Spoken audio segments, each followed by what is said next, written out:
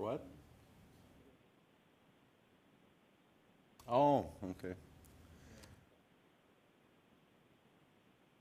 Okay. Yeah, I would love to, except for I have to go back. Afternoon and welcome to the Tuesday, June 30th, 2020 Public Works meeting. Now is time for roll call and determination of quorum. Evans. Roberts. Here. Stroman. Here. Nordstrom. Here. Armstrong. Here. A quorum is present. Thank you very much. Now is time for adoption of the agenda. So moved. We have a motion by Councilman Stroman, a second by Councilman Evans, and we will do a roll call vote. Oh, Evans is there? Evans. Armstrong. Here, yeah, aye. Roberts. Aye. Stroman. Aye. Nordstrom. Aye. Motion passes. Thank you very much. Now we're on to general public comment. This is a time for members of the public to discuss or express concerns to the committee on any issue not limited to items on the agenda. Action will not be taken at the meeting on any issue not on the agenda except by placement on the agenda by unanimous vote of the council members present. I don't see anybody jumping up to speak on this, so I will open and close it. And we'll move on to consent items. Oh, go ahead. Thank you. A point of privilege, if I could. Just a reminder for everyone in the audience and everyone tuning in, we have an abbreviated trash collection this week in the city of Rapid City due to the July 3rd holiday observed by the city of Rapid City. So please put your trash out a day early for collection this week. Thank you. Thank you, Mr. Tech, and I missed mine, but I get it. Thank you. Now we'll move on to consent items, items 1 through 27. And I will open public comment. I don't see anybody jumping up to comment. So I will close public comment. We'll move on to consent items, items 1 through 27, and I will look for a motion or somebody if you want to pull anything. I have a motion to approve by Evans, a second by Councilman Stroman, and I will do a roll call vote. Evans. Armstrong. Aye. Roberts. Aye. Stroman. Aye. Nordstrom. Aye. Motion passes. Thank you very much. Now we'll move on to non-consent items, and I will open public comment. I don't have any comment in front of me. I don't see anybody jumping up, so I will close public comment. We'll move on to item number 28. This item authorized the mayor and finance officer to sign a covenant agreement between the city of Rapid City and J.D. Muth Investments, LLC, allowing connection to the city water system with a non-conforming service line. And staff has recommended to approve. Do we have anyone that would like to be in the queue? Councilwoman Armstrong? Mr. Nordstrom, you have the floor. Thank you, Mr. Chair. If I may, I'll make the motion to authorize the mayor and the finance officer to sign the covenant agreement. And if we can get a second. We have a motion by Mr. Nordstrom and a second by Councilman Stroman. If nobody wants in the queue, we will vote. We will go to a roll call vote. Evans. Aye. Armstrong. Aye. Roberts. Aye. Stroman. Aye. Nordstrom. Aye. Motion passes. Item 29, appeal by Western Housing Enterprises, LLC, of an exception request denial to waive the requirement to improve Valley Drive to Collector Street standards. Gail, do you want to speak on this? If you'd give us your name. Yep. Yes, sir. My name's Cale McNaboe. I own Long Branch Civil Engineering. We are the applicant on this, and I apologize for not having filled out the speaker request form. It was Probably not the first time you did that, Cale. Yeah, and it's not the first time I've made that mistake.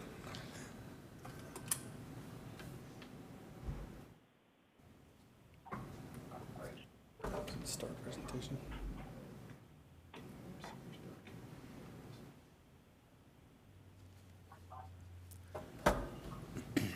Excellent. Thank you for your help.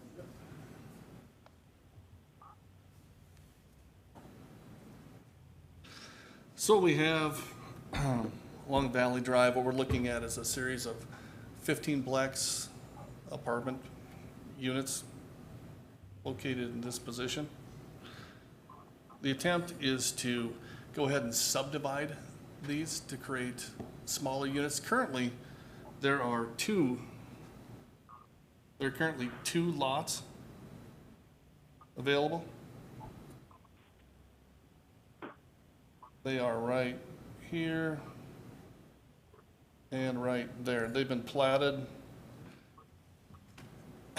in the recent past. They're set up for apartment complexes. We don't feel that that's the best or highest use of the property. The highest use would be to further subdivide them into a 15-plex configuration so that there could be staggered development, say starting with units here and here, progressing this way. So the request that we've made is to not improve existing Valley Drive. Valley Drive right now has got approximately 20-foot asphalt surface, no curb and gutter. There is water and sewer in Valley Drive, although it is in the Rapid Valley Sanitary District boundary. So what we've done is talk to the sanitary district about the sewer needs that can be met as a sewer exists on the north or the west side of Valley Drive. They also have a 12-inch water main which exists in this location.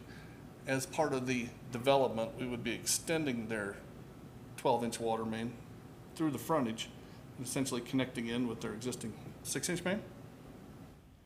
So we've covered the water and sewer aspect, but the remaining item is the improvements to Valley Drive. Well, like I say, Valley Drive right now, 20-foot asphalt surface. To improve it to the current city street standard for Collector Street would be 32 foot of asphalt, curb and gutter, streetlight conduit. The sidewalks would of course go with the building permit, so that's not really germane to this conversation. But what you would have then is approximately 1,281 feet from Highway 44 to this point, which would be still 20-foot asphalt. You would then have 896 feet in front of these lots, which would expand out in this configuration to 32 feet wide before reaching the end of the property and tapering back into 20 foot of asphalt for another 130 feet before it hits the future Homestead Street intersection in this location. Give you an idea on the projected cost of that, I'd like to use a typical number of $675 per lineal foot for a road. So if you thought about this 896 lineal feet at the 675 grand is about $600,000 worth of road. Just so you have a basis of bearing on the typical cost associated with that sort of thing. The other thing that would be triggered with improving this are numerous driveways and approaches in this location to facilitate all the existing houses that currently take access off of Valley Drive. So really what we're looking for is grant of an exception to leave Valley Drive in its current status, and we would then improve adding fillets and pans at the entrances as these individual lots get developed, constructing of course, the water infrastructure that would come in and loop through, and sewering onto the sanitary district's existing sewer, but not make the curb and gutter and asphalt with improvements to Valley Drive. And that's the basis of the exception request that we've presented today. I guess I would like to point out that because there are two existing lots and they're zoned, in theory you could develop an apartment complex on them right now without improvements to Valley Drive. Not that that's, something that's desired at this point from this particular owner, but that is the the basis of our justification for asking for this exception request.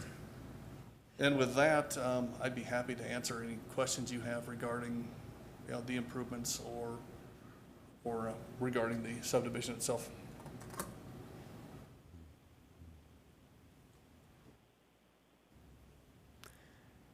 Do we have anybody that has any questions? Go ahead, Mr. Nordstrom.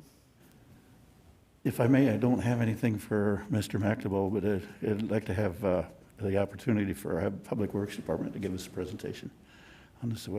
Absolutely. Yep. Mr. Tick. I don't believe that there's any presentation warranted. You've seen this request in front of you before, I believe in the last year or 9 months. This property, when those original 2 lots were created, the applicant at that time came to this committee and onto the city council and received a variance to not improve Valley Drive. Mr. McNabo correctly characterized the situation with utilities. They are not city utilities. They're Rapid Valley Sanitary District. They have a plan in place to service the properties with that. So the only thing under the city's jurisdiction is the pavement, is the street system there.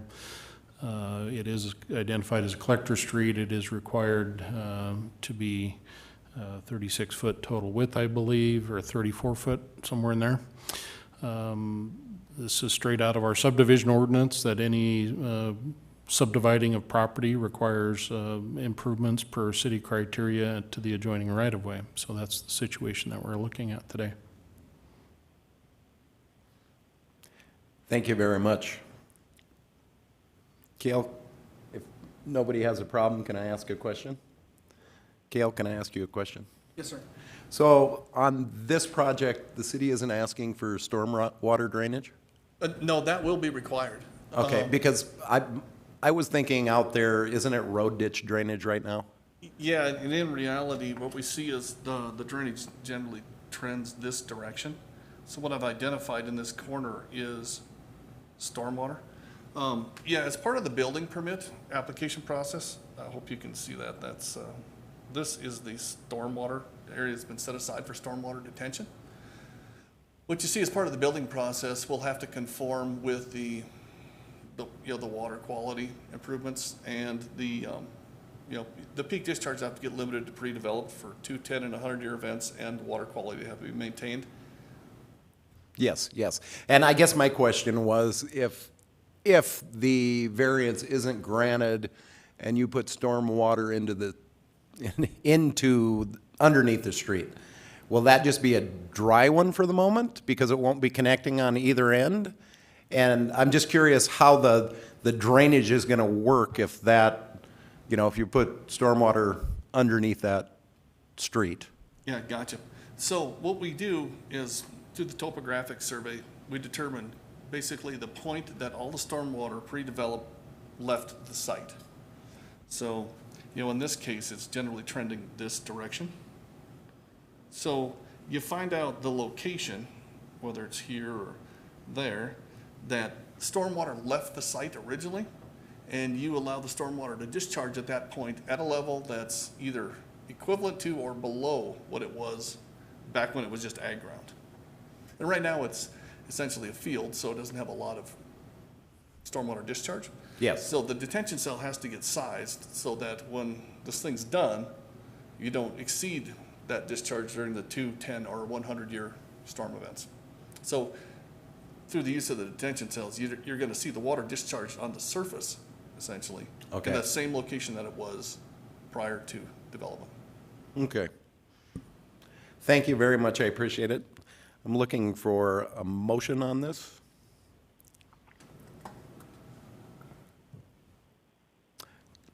Go ahead, Bill. I think you tried to hit it. You didn't come in, though. There it goes. This seems to be another legacy issue we've had with annexations and things that were not up to our current code and everything. And it, at the outset, it seems candidly unfair that one developer has to pay for everybody else's driveway access and everything like that. But in this case, I don't think we have any other vehicle. Mr. tech, maybe you could say we don't have a vehicle to make those people pay their fair share at present, correct? And this goes back to, we've got to get this developer thing changed so that the cost of doing business is determined long before a developer wants to develop something and they know whether they can afford it or not.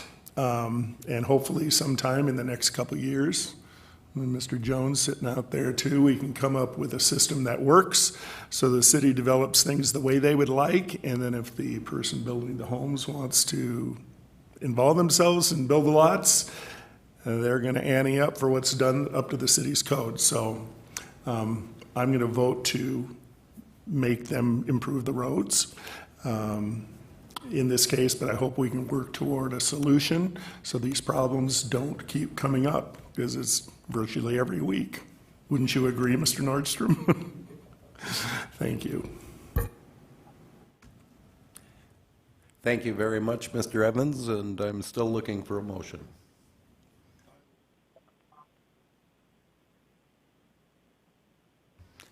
And a second? So we have a motion to, as long as, oh, Mr. Nordstrom, do you want to get back in the queue? Thank you, Mr. Chair. As you know, I'll be voting against this motion because I feel there is some responsibility of the developer. And Councilman Evans is correct that there is some details that need to be worked out in advance. But right now, with the system that we have in place, that it's all going to go back onto the taxpayers to do this road improvement. So I just want to remain consistent that it shouldn't be the responsibility of the taxpayers, but it's the burden. Some of the burdens should be placed upon the developer. Thank you. I think Thank you, you Mr. misunderstood what I He said. did. I wish to go with our workers' recommendation and deny this variance. Uphold the denial, is that what you're saying? Okay.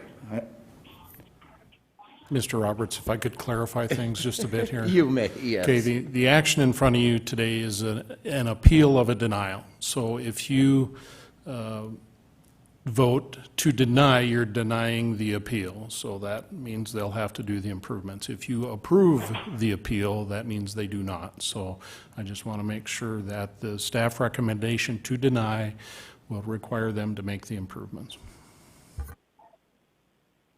Is that okay with the motion maker?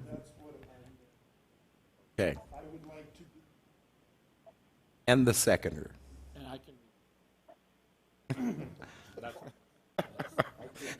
Okay, so we have a motion, and I'm very confused, to approve the denial. And to affirm the denial, how's that? Deny the appeal, how's that? Okay.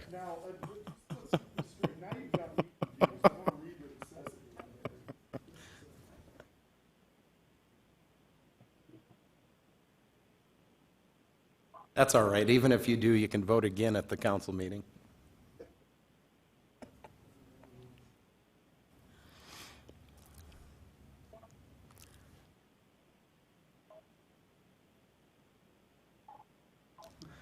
The way that this is worded, you don't. You want to vote yes, not no. You don't want to vote no against your motion. You don't want to vote no against your motion. You want to vote yes for your motion. Yep.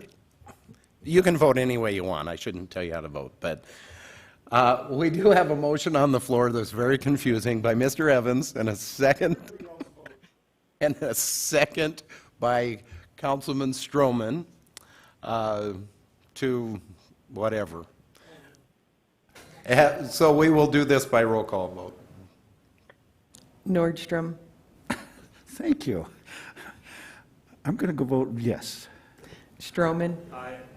Roberts, No. Armstrong, Aye to deny. Evans. Motion passes. Thank you for that, I think. Item number 30, authorize the mayor and finance officer to sign a covenant agreement between the City of Rapid City and DOEK LLC for identification of ownership and maintenance of drainage lot. Do we have Move to anyone in the approve. queue? We have a motion to approve by Councilman Nordstrom, a second by Councilman Evans. And did I hear you say something, Laura? Was there something you wanted to speak about? Just making a motion. Okay. All right. No one in the queue, so if that's the case, we will have a roll call vote. Evans. Roberts. Aye. Stroman. Nordstrom. Aye. Armstrong. Aye. Motion passes. Thank you very much. And I'm looking for a motion to adjourn. So moved. Motion to adjourn. We have a motion to adjourn by Councilman Stroman, a second by Councilwoman Armstrong, and we will go to roll call. Well, we don't have to, I don't think, on this. So all in favor? Nope. Aye. Thank you very much. Good meeting. Have a wonderful day.